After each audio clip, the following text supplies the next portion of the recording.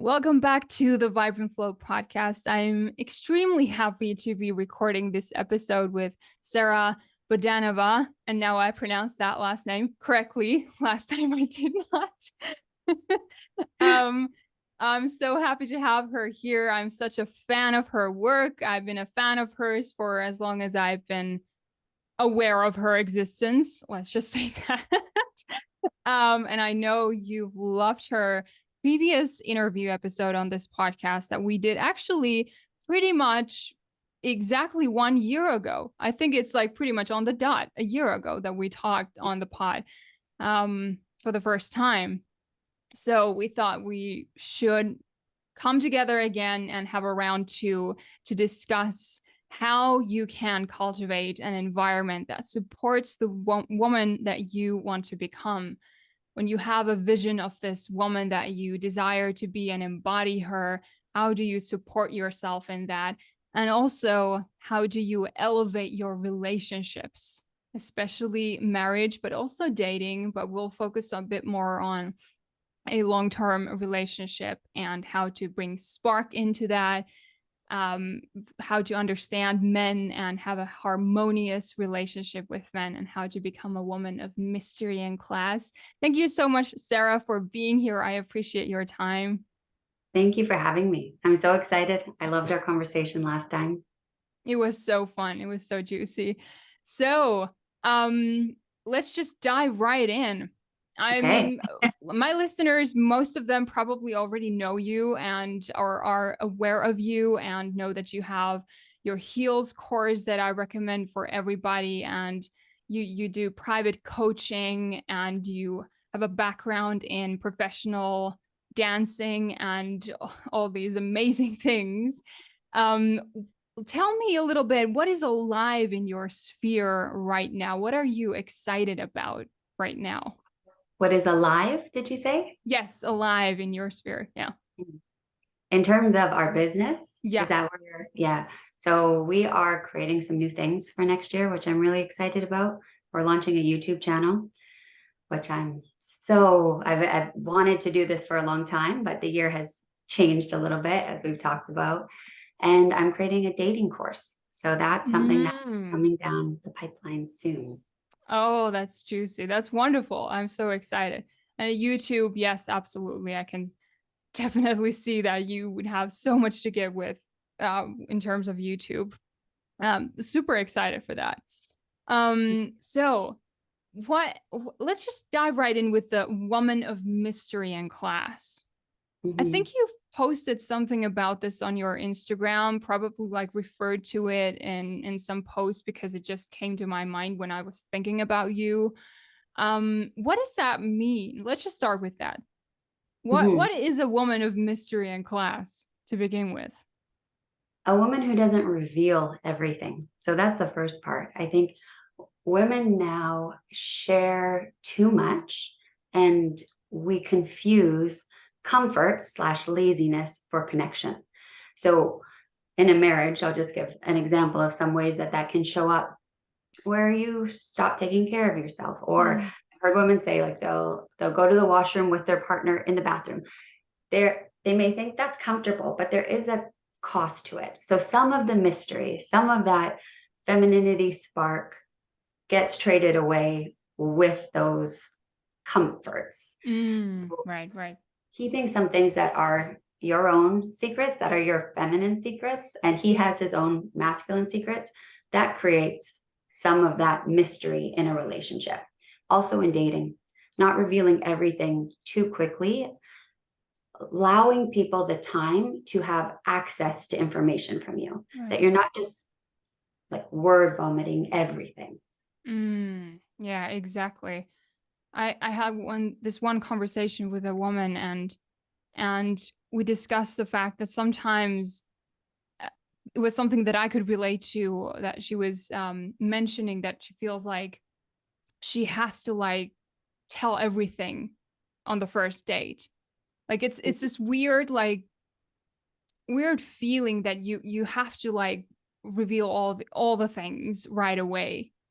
So I don't know where that even comes from because I've had that also. I feel like I I have to be really like honest and transparent and authentic, and these words sort of get convoluted in that moment when you're like, I have to be like, let them see who I am in all my glory, I guess. And it's not a good idea, right?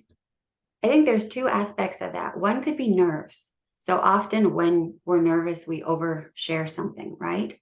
And then the second way, just to give it a different shift of what you're saying, you felt like you needed to be transparent, so you wanted to show everything. But if we think about that in terms of intimacy and sex, if you did that on the first night with somebody, you kind of come back later and go, there was way too much that was revealed.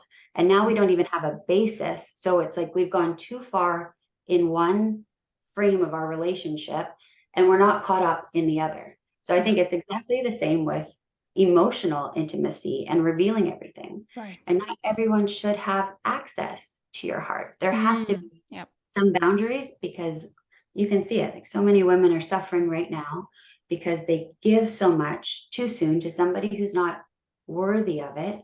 Yeah. And then they're left hurt.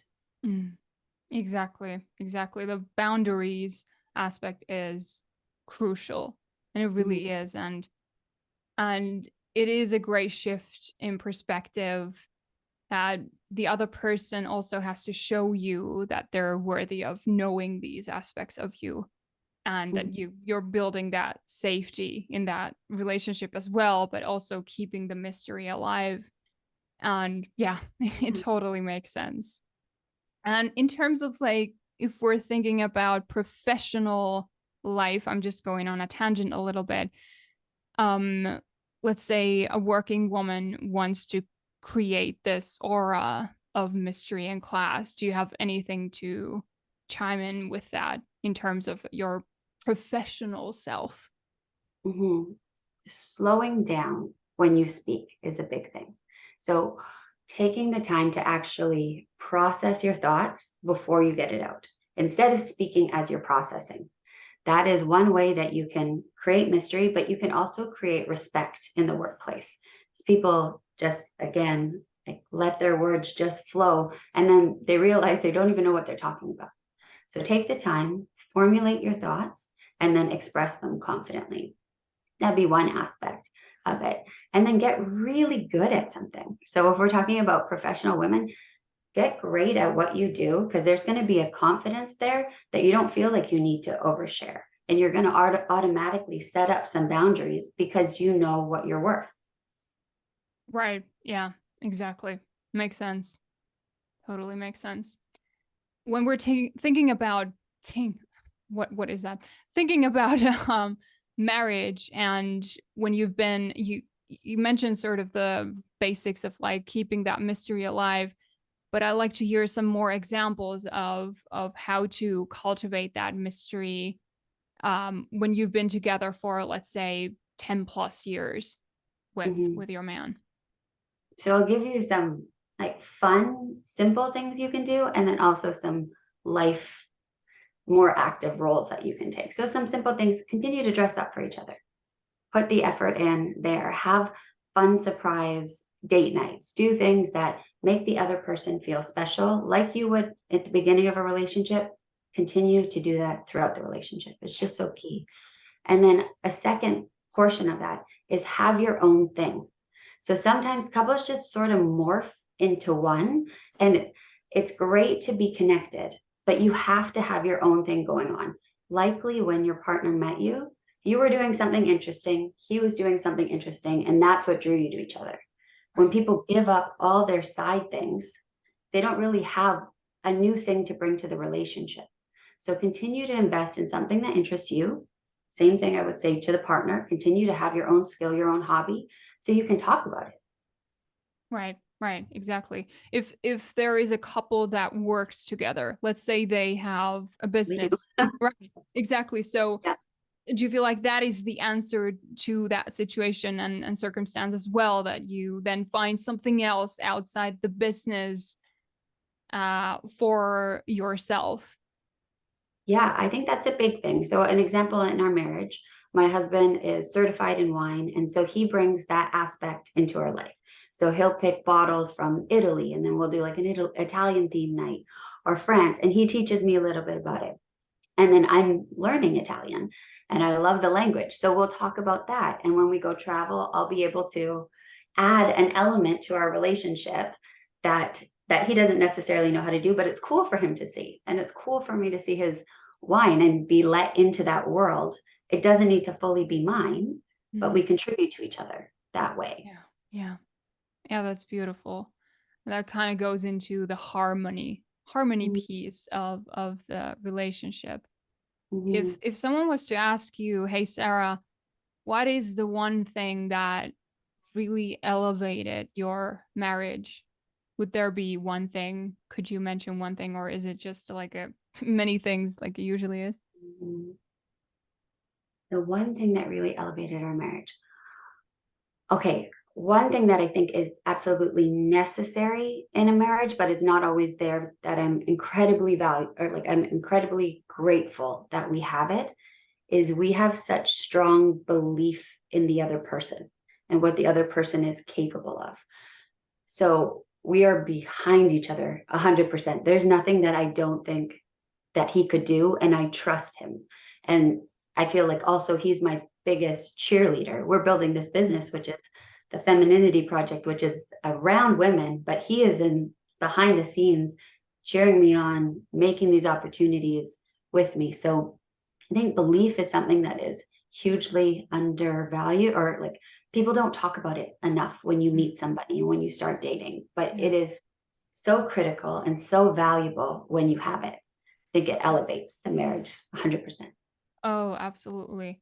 I was reading this couple's devotional book today, and the topic of today was unconditional trust, which sort of goes into this, like when you believe in someone wholeheartedly and unconditionally, you don't have this, well, I trust you in these things, but I don't really trust you in these, you know, Mm-hmm. which is something that I've had to be honest with myself and notice that there have been areas where I was still holding on to the control panel, and I wasn't trusting my husband fully, and realizing that I'm being honest with myself and like surrendering that and seeing that there has to be unconditional trust, like there has to be unconditional love, right? So the trust piece is like you said, and the believing in your partner fully and committing to that belief, like really believing, backing them up in Yeah. whatever they do. You're right. It's not something that you hear talked about all the time when it comes to marriages. And it doesn't mean I want to make it clear, because I don't it doesn't mean that there's never a conflict or a disagreement Yeah, about yeah, something. And it absolutely. doesn't mean also that we're both people are flawed, right? We come to a relationship and we have our flaws, and a marriage is also you're grading up against each other, because when Yes. you're single, those flaws aren't as easily exposed. When you're with Mm. a partner, you see them every day. So Every day, I know. right? There's a lot of things in our marriage where I trust him more now, and he trusts me more now, and situations where we did have to work through, like how we viewed money and how one of us did that didn't necessarily build trust, so we had to work on that. It's Mm. not just you come in with Yeah. blind 100% carte blanche, you do what you want. No, we still need to talk about this, but I believe that the man that I chose, we're going to get through this. We're going to be able to have these discussions and come to a good place. Oh yeah. It's so, so important to communicate, like with all of the aspects, of course. So it's not blind trust, but it's a decision, a choice to trust and fully commit to that trust once you've like you see where you're standing and where he stands. And can I Right. say one thing about that for girls who are starting dating? Absolutely. Go ahead. This is a great way to sift through bad men. In the initial stages, I see a lot of women make stories for why men behave the way they behave. So if they're not calling, they're not doing this, they've constructed this story about why it's happening. If you Yes. can start to ask yourself, like, do you believe this man? Do you believe in what he's saying? And if he's canceling all the time, do you believe that he's a guy that's going to show up for you? You can start to sift through that quicker. And get rid of the whole story that you've built around the situation. Yes. Yeah, that's really good advice. Absolutely. So let's just talk about men a little bit more. Mhm. I love to I'd talk love about to. men. It's so important that we talk about men in a positive way and in a constructive and like Yeah. life-giving way, right? And I know you're on board with that. So how do we relate to men in a more harmonious way? If someone is like, let's say Mhm. they're okay, I want to give you a scenario. Um, a woman has gotten married, so they're in their beginning phases of the marriage, and the honeymoon phase has started to wear off. The first conflicts are starting to like, come to the surface, and the woman in that relationship is starting to feel like, oh gosh, like I feel like he's not even listening, or I don't know how to communicate with him. I feel like now this is so hard. Mhm. What would you start with in that So situation? I would set up in your marriage and your relationship check-ins, weekly check-ins. So two, one for just a date where you're going out and you have that time to connect, and then another time where you're doing the housekeeping of the relationship. Like, how did I show up for you this week that was positive? What could I have done to support you more this week? And do those audits of your relationship. I think when people get to the place where they're like, he's not listening to me, we're not communicating, it's because they've left a whole bunch of time where these little things have festered. So if it can become like you check your goals or your calendar, you have those conversations with your spouse and check in, it's going to make the relationship so much better and easier long term. You'll start to know better too. He'll know how to support you better and you'll know how to support him better. Mm, right. How do you feel like, in your experience, what is the most effective way for you to communicate what you desire, what you would hope for that isn't, for example, isn't happening right now? Mhm. So we kind of go through different checklists. Like we talk about emotionally how we feel. We talk about physically too. This is a little bit of a trigger topic, so we can go there if you want to go. But I'll No, just we say can absolutely. I I loved what you did here. And I said, in this circumstance, or let's say in this disagreement, the way that you talked to me or the tone that you had didn't make me feel valuable or didn't make me feel precious. So you can communicate to me in a different way that same message where I still feel safe and loved.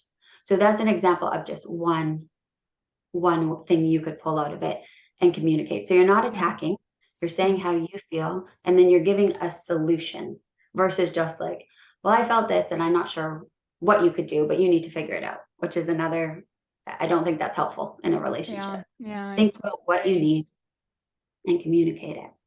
Right. Right. Exactly. Let's say a woman wants to learn how to uplift his or no, her man. Mhm, How to uplift her man, the one she's dating or the one she's in a relationship with, engaged to or married to. What mhm. are the top, let's say top 3 or something like that, tips that you keep in mind and you've committed to, and you've seen the difference when you've implemented these things? Okay, so for me, and then also just say broadly, you need to figure out what is his love language. I think that's incredibly important. And then once you figure it out, do something about it. So Yeah. let's just say his love language, which a lot of men is physical, and the way that they connect is through sex and intimacy. If that is his form of connecting, then stop just trying to fold his laundry and go like, why aren't you loving me? Like connect to him physically, make that a priority in the relationship. So really learn each other's love language. And then once you have that information, act on it. Um, and then another thing that would elevate, I think, that feedback that you get from him in those conversations that I talked about, those weekly conversations, really try to implement it. So, for example, if my husband will talk to me about my tone, which is one thing we can also talk about, or about how women speak to men. I think men are very sensitive to tone They and are. intensity. Yes. And so it's something that I will now look at, and when we're going into a conversation, I'll just start to think, okay, could I say this softer? The same message, but could I say this softer? And start implementing. Yeah, that's a Yeah. big one. That has been a big one for me as well. The tone. Yeah.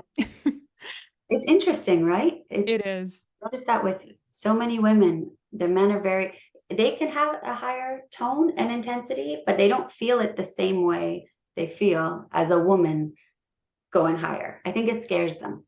Yeah. Yeah. There's absolutely, it's like this primal alert going off sometimes when we're using a certain tone. Yes. That's not very like yeah, soft or welcoming or accepting. I feel like it goes back to the acceptance piece that like men really need to feel accepted, Good right? point.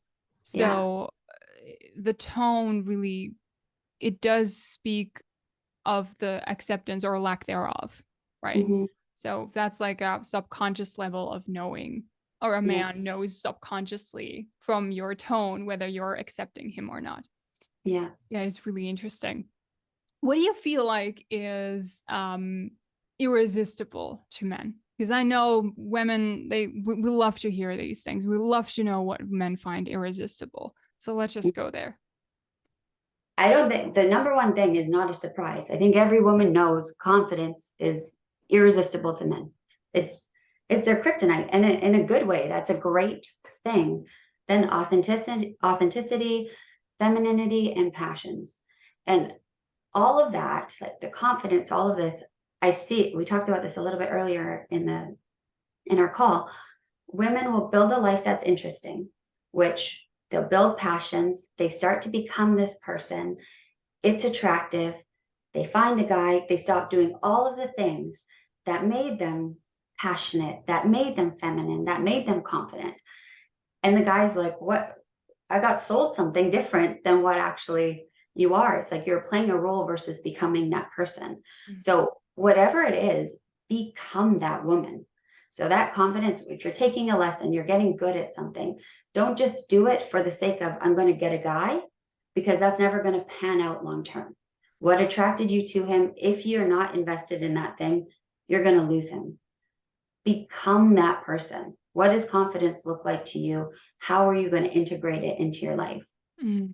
Yes, absolutely. It's that integrity piece of it that Yeah. you're walking in integrity and Yes. cultivating this woman that you desire to be.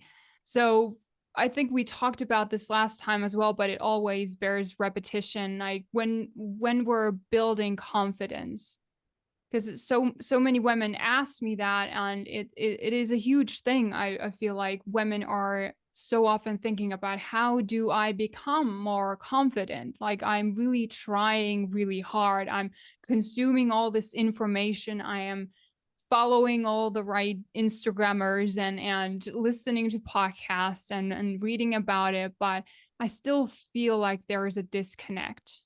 Mhm. What do you feel like, what's going on there? Okay, I think there's a whole bunch of different things there that we can touch on. One, with following so many people, I think that can be very tricky. Yes. Because there's lots of different messages out there. So what I would say for women is find a coach or find a mentor that you relate to, and then try that path Yeah. for a while. Don't try 10 different paths. It's like you're trying to kick one soccer ball across the field or 10 slowly. Yeah. One, see if it works. If it doesn't work, then move on to the next. But stop spreading yourself thin, because they all come from a different place. That's such an important point. And then in terms of building confidence, I think there's foundational things and then there's liberty. So easy ways for women to just start hacking their confidence. Work on your body language. It's going to change internally how you feel. It's also going to change how people respond to you, which will help boost your confidence. Create some sense of style. It doesn't need to be anything crazy, but you should love what you put on. It can be a very simple wardrobe, but you should feel incredible in those clothes. Mm. Yes. So those things are just simple, easy things. Then from there, pick a skill and get really good at it. Build a success record. Every time you are successful, that builds your confidence. And people often don't stick with things long enough, or even with the coaches, like too many different Yeah. theories that you never have Mm-hmm. a chance to get successful and taste what that feels like. That's what builds confidence, Oh yeah. I can right? totally agree with that and vouch for that. It's when you see that you've progressed, that you've developed a skill or that you're getting better at something, it is undeniable how that affects your confidence Yeah. and it's so true. Like well, I mean, we can go into the route of like blaming this society, like we have all these sources and we're bombarded with information, but we really need to come to the point of realizing that I need to make a decision about being accountable or holding myself accountable, being responsible for the results that I want to see in my life, and then committing to something to see the results, right? It's Yeah. like it's so important. Like I'll just give you an example because you have this dance background and you know the hundreds and thousands of hours that have gone into that skill. And of course, we're not saying that all listeners are professional in some art Mhm. form or whatever. That's not the point, but it's just to illustrate the point that it it is a huge deal. Like for me, working on my vocals every single day, there is no other way for me to build confidence than working Yeah. on it every single day. And yes, there is the psychology piece of it that has been huge for me, to Mhm. liberate myself from the chatter in my head, the analysis paralysis. But Yeah. the practice, the devotion that you have to something, it can be a simple thing like, I don't know, crocheting or cooking.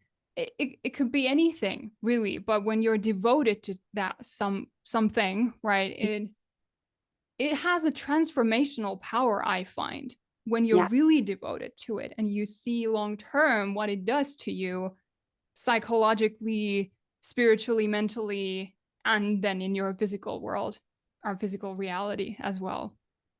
I think So, it also builds that muscle in how you see yourself. You see yourself as a person who can follow through, who can mhm. develop, who doesn't give up at the first sign of difficulty. And that builds confidence because just like you're working to trust your partner, you have to do the same thing with yourself. You have to show up so you trust that you're the person who can actually follow through with things. If your record is every time I started, I bailed, Yeah. well, you of course you shouldn't feel confident yet. Find something, follow through one step at a time. Yes, Mhm. absolutely. It creates this disconnect mentally, like within, if you always start something and you never follow through. Yeah. And it really shows like subconsciously your mind is like, well, I can't trust you. You've Yes. never proven to me that you're trustworthy because you never follow through. So I'm not gonna trust you. And then self-sabotage, the pattern just continues. Yeah. Right. That's so good. So good. Any other things that you feel like men find irresistible other than confidence? I think men need to see a space where they can contribute to you. And there's there's independent women like that song and the boss babe and all of that.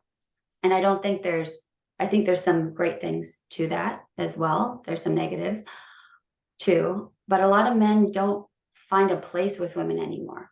And it's great. You can make your own money, you can do whatever, but he needs to see that he can still take care of you in some way, that there's some spot because it makes him feel like he has a role and more masculine. And there's that complement of masculinity and femininity. And he loves that.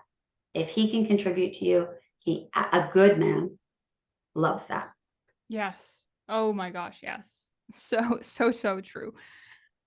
It's so funny sometimes I can't not help but laugh with Mhm. joy when I see my husband get so like he lights up like a freaking Christmas tree when when I allow him to do something, to provide in some way, and to for example, like gift me with something that I've needed, or to fix something, and or to be the hero of the day, and it just never gets old. Like it never gets old, and he's never going to like tire of that feeling, I Mhm. bet. And it hasn't happened this far, so I feel like it's always going to be one of those. Oh, it's just so wonderful to see that. And it's up to me to allow him to have that space. And it has been a big shift some years back when I realized that it's up to me to create that space for him. What And changed that for you?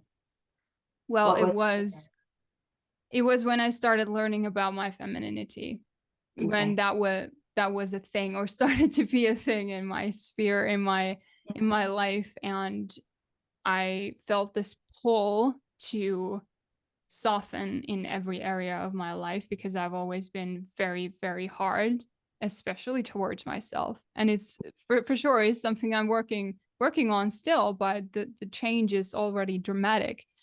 Yeah. Um, and then I noticed that I was creating disharmony and disconnect, and I was holding on to my own discontent in our marriage, and I Okay. wasn't realizing that I was doing that.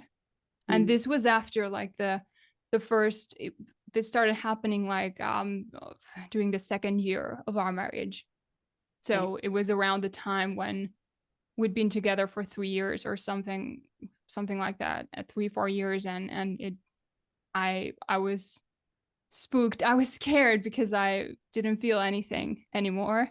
And I noticed that, yeah, I realized that it was partly, and it was in so many ways, it was my fault. And I Mm. didn't see how I was creating that reality by not taking accountability for how I'm showing up in that relationship. So softening made me realize that receiving is actually a gift, and Yeah. that elevates our marriage as well. I think some women view a guy contributing as he's looking at her like she can't do something. And that's not the way that men are looking at you. So, for example, like, my husband will take the trash into the garbage place in our building, and I won't go into that room. He doesn't want me to go into that room. It's not that I can't carry the garbage down there. He just thinks that I'm so precious that I shouldn't have to. Yeah. And that is such a beautiful thing. So I think when you're with a good man, and you can sort through this, but a man who's trying to contribute to you, he's not trying to control you. It's not that he doesn't think you're capable. He does. He just thinks you're so beautiful and precious that he wants to take care of some of those areas in your life. Yes. So, yeah, that is so true. And it's so beautiful when women realize that. It Mhm. liberates, literally, it liberates you as a woman, because Yeah. you've been holding on to this idea that you have to keep this hard shell. You have to protect yourself, and you have to show that you're strong and capable, and it keeps you hard and hardened, like towards your man. And it's yeah, it is life changing when you realize that. And then you start seeing how great men are, like Yeah. how beautiful this design of a man is, like how gorgeous it is when we realize what who men are, like the beauty of it, the strength and the desire they have to provide and protect, and to cherish you as this treasure that he has found. It's Mhm. incredible. And it's a huge paradigm shift from the I won't let you do anything for me, that men are trash, Yeah. end of the spectrum, Yes. right? And it starts young. I was at my friend's, and she has a little boy and a little girl. The boy's older, and his sister hit him. And so my friend turned and started talking to the daughter, and he's like, "No, no, mom, I'm fine. She's okay. Don't yell at her." And he was already protecting her he's 5. Like, what a beautiful thing. She shouldn't hit him, but it was so beautiful that he didn't want to see her hurt. Like, Mm, wow, that happened early. yes, Mhm. absolutely. Oh my gosh. Oh, so precious. All right. So, anything else? Is there anything else that you feel like men find irresistible? So we've covered the confidence and the fact that you're making space for him to provide and to be a man in that relationship. That you have your own passions. So we talked about building a Yeah. skill as Yes. well. And then the authenticity piece that you can communicate to him your needs for one, and that you can have honest conversations and that you show up as who you are. That comes from confidence. So, right? You have to be confident to have authenticity. It's hard when you're not confident to try and express yourself authentically. So men love that. They have a built-in BS radar. And so I think they can sift through women pretty easily when a woman's being manipulative or not fully, and not even in a, not even that she's trying necessarily, but that she's not being herself, that she's putting on a show just trying to appease him. Men can see through that so clearly. So build that confidence, communicate authentically, show up authentically. Right. Yeah, that is a huge point. I feel like there are a lot of women who find that really hard because they've grown up in an environment where women have had to, create harmony in a tumultuous environment where you have to like appease someone and you have to be the peacemaker all the time. And there's a lot like this is so common, and I'm sure you've like seen this as well. What would you say to a woman who has grown up in an environment like that where the woman has to be a peacemaker, has to be like make sure that nothing boils over Mhm. with the man in the house or in a relationship? You will have to do the work either way, whether you're single or whether you're in a relationship. It is easier if you can go do the work on those things before you get into a relationship. Otherwise, you have to work through those kinks with him. And there's a chance that you will just recreate the same scenario that you grew up with. Yeah. Yeah. So, counseling is a beautiful thing. Find a counselor, figure out how you can put up the proper barriers, because that sounds like a woman who's just she's taken on everyone's stuff and she's just had to walk on eggshells, Mm. which is not a healthy dynamic, but it would have been ingrained for so long that you need to dismantle some of those things. And it's very hard to do by yourself. So I would find somebody to help you dismantle that, build that confidence, and then enter into a relationship. Yeah. Now, if you're already there, you're already in that situation, that's still okay. Still go get help. It's not a bad thing to get help on those in those areas. Ever. Yes. It's not a bad thing to get help. Yeah. So true. Absolutely. Absolutely. What do you feel like is the biggest thing that makes marriage more fun? If there are, because I know a lot of people who are like, oh gosh, then it gets just, boring and dull.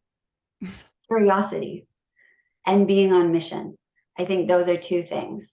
Continuously being curious in everything. Like, look for things that enhance your life. When you stop asking questions, or it's kind of like those people who you meet who never passed high school, like they're the same person they were in high school 10, 20, 30 years later, they stopped being curious. It's like they thought the school of life ended there, and it keeps you dull, right?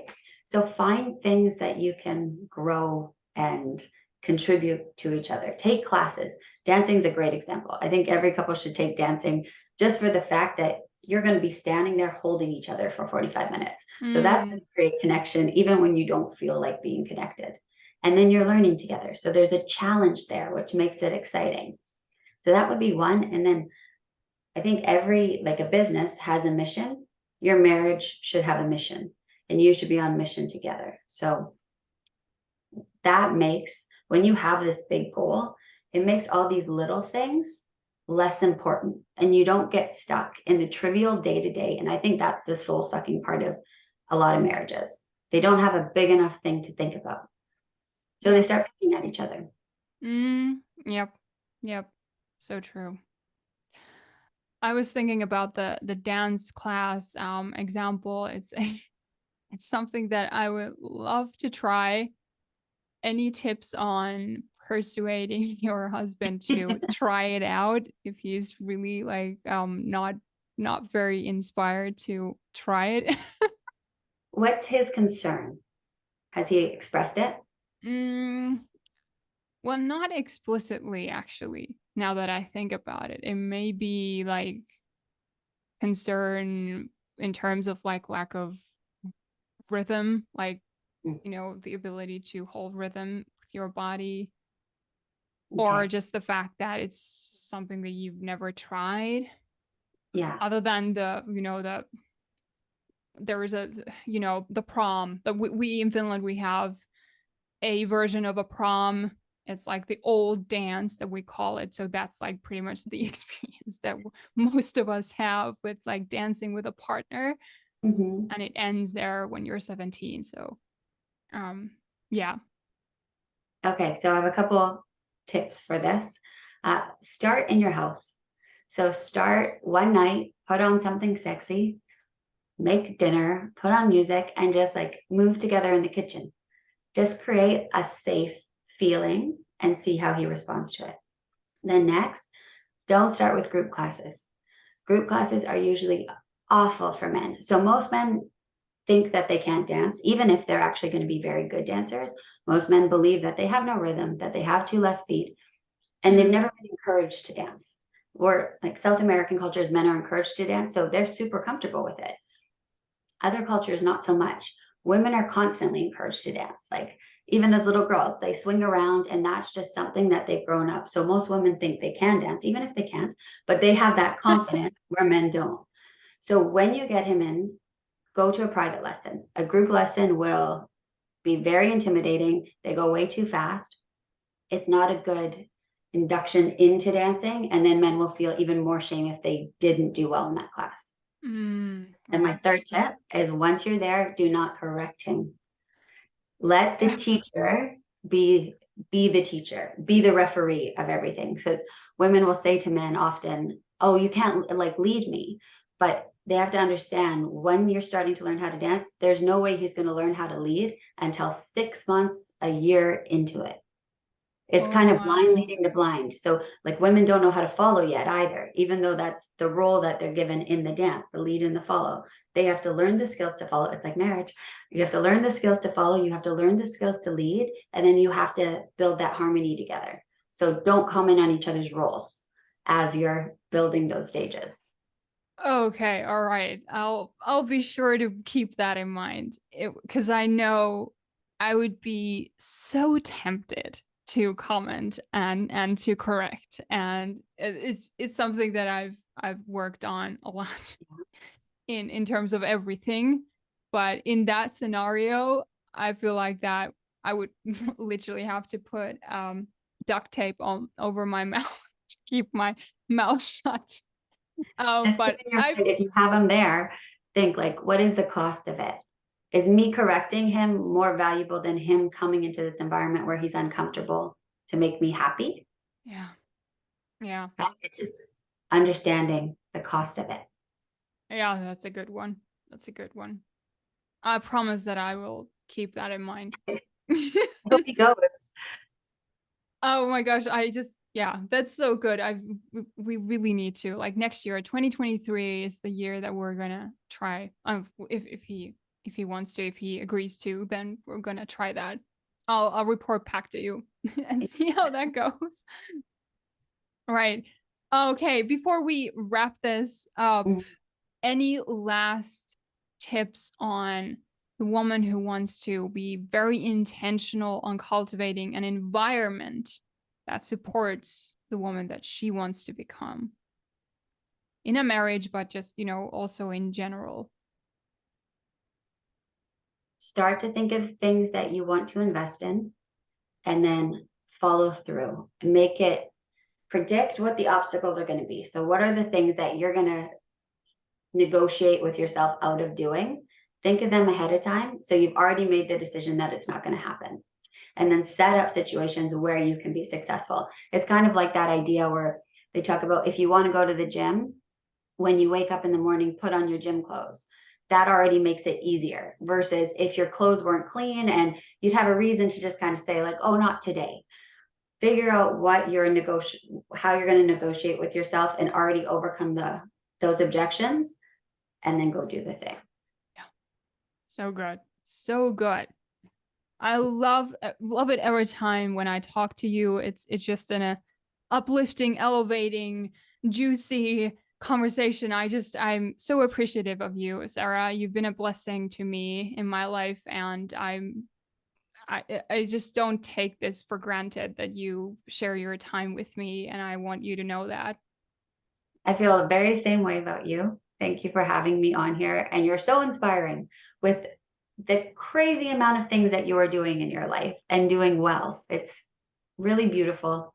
Oh, I'm glad thank to you. know you. Thank you so much. So let us all know where we can find you. What are the places, the go-to places, if someone wants to see how they could work with you or see your heels course and all of the offers that you have? So the website is the Femininity Project Inc.com. So everything's on there. I hang out mostly on Instagram. It's at the Femininity Project Inc. And the YouTube channel will be coming soon. Yes, and I'll be sure to share that when it happens. So thank you so much, Sarah. I hope that you have a wonderful, wonderful, is it Tuesday today? It is Tuesday, isn't it? Yes.